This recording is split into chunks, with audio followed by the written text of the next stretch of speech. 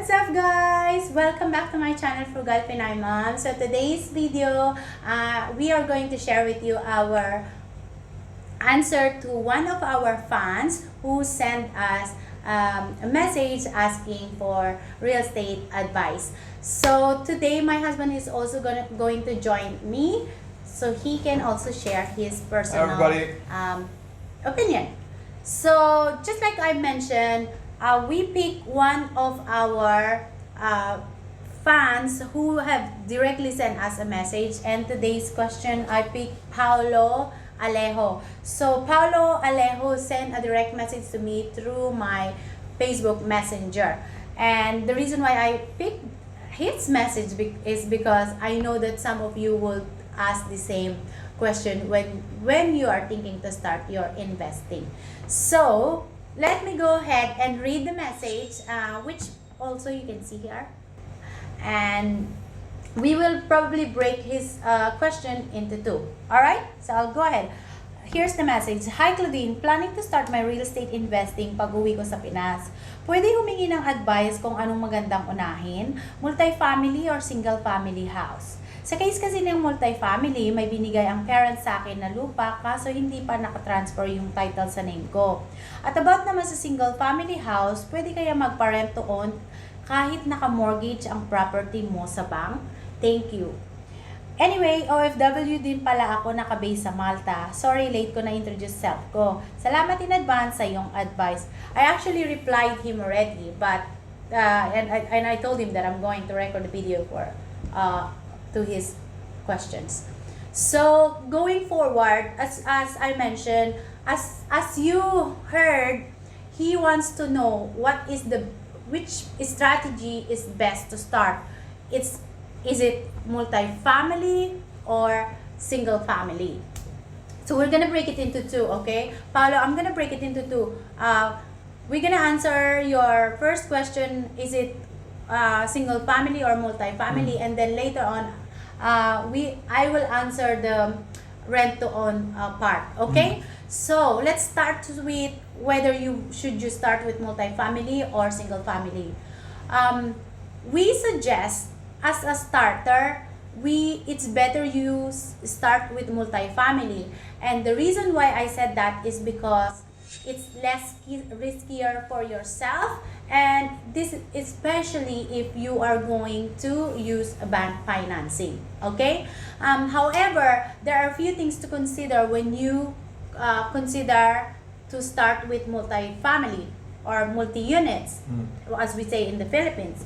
You need to identify first your market. So that includes location and your target tenants. So if you are in Dipolog and you are in the Bayan, like Bayan is where we call like the central area. Let's say yung central area where you can find those private companies, establishments, schools, universities, hospitals. So that's where you want to invest, right? Because that's the market, that's where the market is. So your target tenant, and then the second one is your target tenant.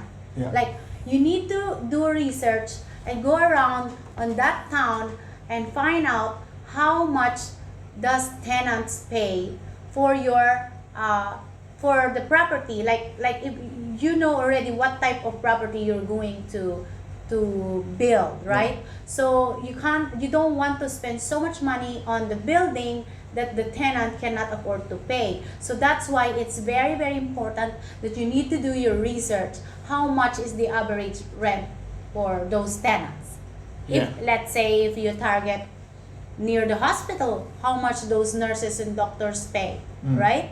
So that is the main important thing when you start with multi units in the Philippines. Right, babe? Yeah, absolutely. Because for our case, as I mentioned on my previous videos, if you have not seen, please do check out. I will share the link on the top and you can just click it in, and you can, I've already shared that our strategy is multi-family, and I mentioned also that we are investing outside BGC, and our target market is the white collar jobs. Yeah, it's the white collar jobs around the BGC in the Makati area. BPOs, yes. And the BPOs.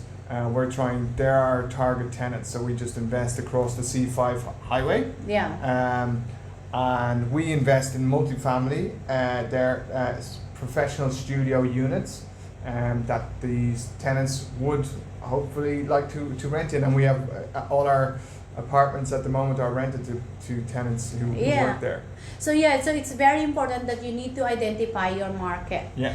And do you have anything to add up on the strategy? No, again, just that the multi-family or multi-unit strategy is highly recommended. Is very good because it spreads your risk. But as Claudine mentioned, you need to define which location you want to invest in, and that location will allow you to invest in a certain property. So a multifamily unit is very good for where we are because it's within the city. It's there are a lot of transport links to where people can work.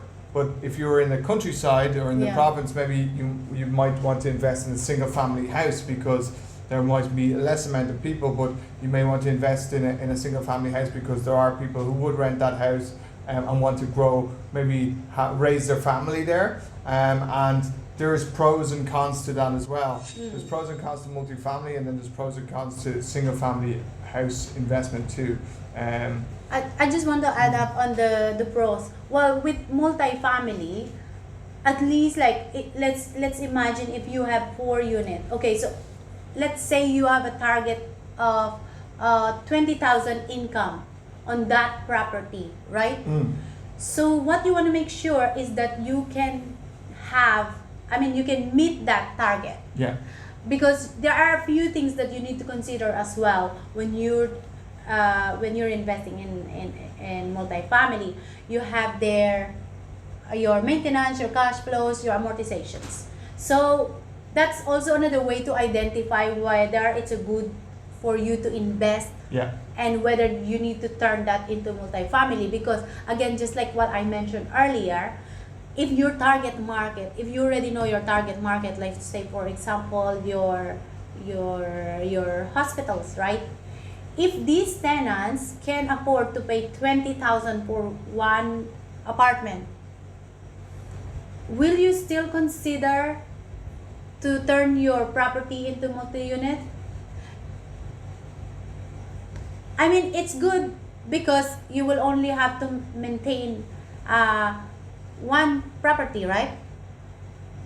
However, it's riskier because once the tenant left your property, you've lost the whole 20. Unlike if you turn that into multi-unit and one tenant left your property, you still have 3, right? Yeah, you spread your risk. So your risk is less. Yeah. Right, babe? Because you're able to still, if you have 3 other tenants within that multifamily unit, if there's 3 other tenants still paying the rent and you lose one, you should still have enough rent coming in to cover your monthly amortization. So that's the reason why we are suggesting to better start, if you can, better start with multifamily. Yeah. So I'm gonna go ahead to answer the second one. Rent to own, right? We said, can I rent to own? Okay.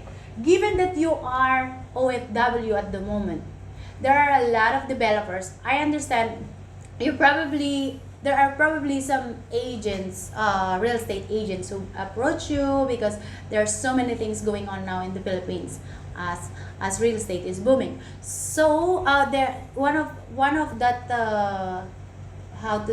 promo is the rent to own. Given that you are in Malta, if you are buying a rent to own, of course the developer already know that you are not going to live there, right? So you have to tell them before you buy the rent to own, you have to tell them, can I sublease this? Because I'm still working here. So technically rent to own is that you yourself will live there. You will be the occupant. You will be the occupant. That's my understanding with rent to own.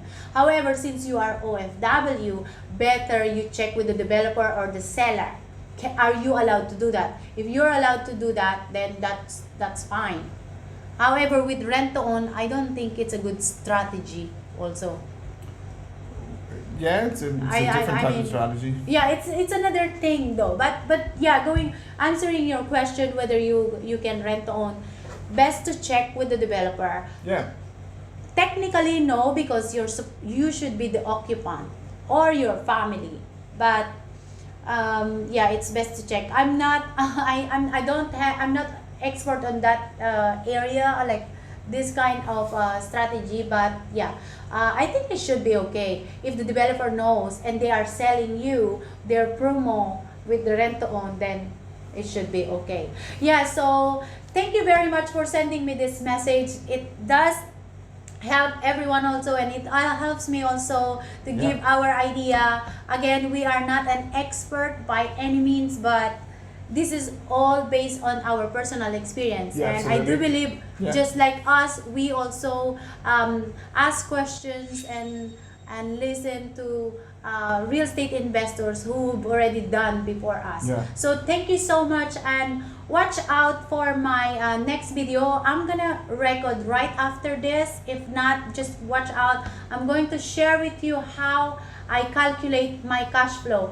So with this also, you can identify whether your property that you are trying to invest will give you a good cash flow, whether it will be a good investment for you or not.